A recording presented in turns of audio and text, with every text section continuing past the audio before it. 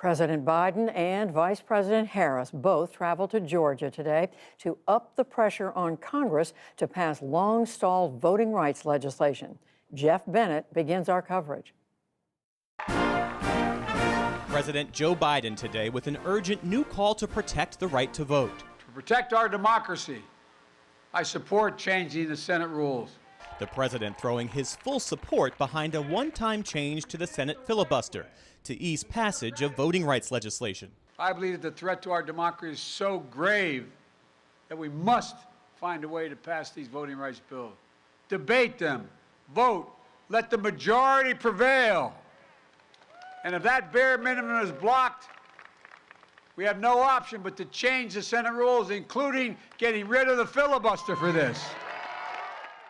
But that requires the support of all 50 Democratic senators, and West Virginia's Joe Manchin and Arizona's Kyrsten Sinema aren't on board. And Republicans are nearly unanimous in opposing the bills as government overreach. It's a power grab to enable a power grab. Senate Minority Leader Mitch McConnell says Democrats are promoting what he calls a fake outrage and fake hysteria on voting rights ginned up by partisans. If my colleague tries to break the Senate to silence those millions of Americans, we will make their voices heard in this chamber in ways that are more inconvenient for the majority and this White House than what anybody has seen in living memory.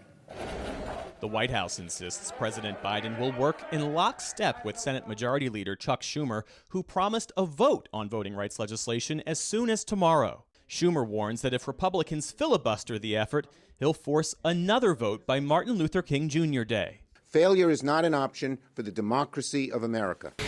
President Biden's choice of Georgia for today's major voting rights speech is no accident. It served as the cradle of the civil rights movement and home to two of the nation's most prominent civil rights leaders, Dr. King, whom the president honored today, laying a wreath at his crypt and with a visit to King's pulpit at Ebenezer Baptist Church, and the late Congressman John Lewis, who represented the district where the president delivered his address.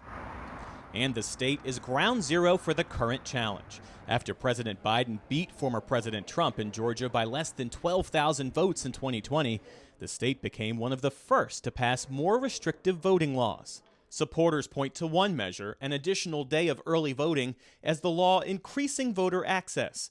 But other provisions take aim at mail-in voting, implement stricter voter ID requirements, and limit the use of ballot drop boxes.